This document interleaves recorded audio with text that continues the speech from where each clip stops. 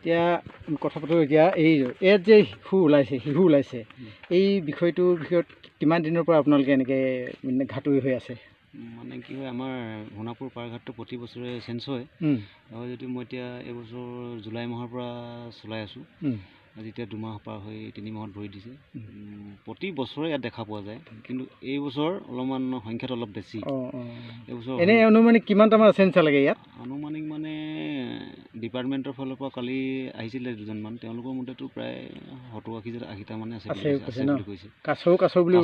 কাছও আছে আপোনাৰ অলপ দূৰ পিছত মানে আপোনাৰ ঘৰিয়ালো আছে বুলি গম পাইছোঁ মানে অলৰেডি তেওঁলোকে মানে দেখি গ'ল।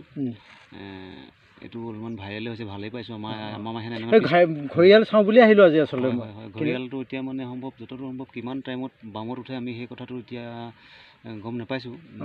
এনেই অলপ চলপ দেখিছেনে বাৰু? দেখিছে আপোনালোকে? আমিও দেখিছোঁ। হয়। এনেই কিমান ডাঙৰ? মিনিমাম আপোনাৰ 11-12 ফুট দীঘল নিজৰ পৰা। তাৰ ভিতৰত ৱেইটটো কিমান হ'ব ইমান ওচৰৰ পৰা চাবতো নোৱাৰি। শিশু বোলা বস্তু, ঘৰিয়াল বোলা বস্তুটো অলপমান ভয়ো লাগে। আনুমানিক 12 ফুট দীঘলটো কিমান হয় এইটো নিজে অনুমান কৰিব লাগিব। পিছে এতিয়া এই ঘাটত যে ঘাটুৰি হিচাপে মানুহবিলাকো পাৰ কৰে, আপোনালোকে কেনেকৈ চলে?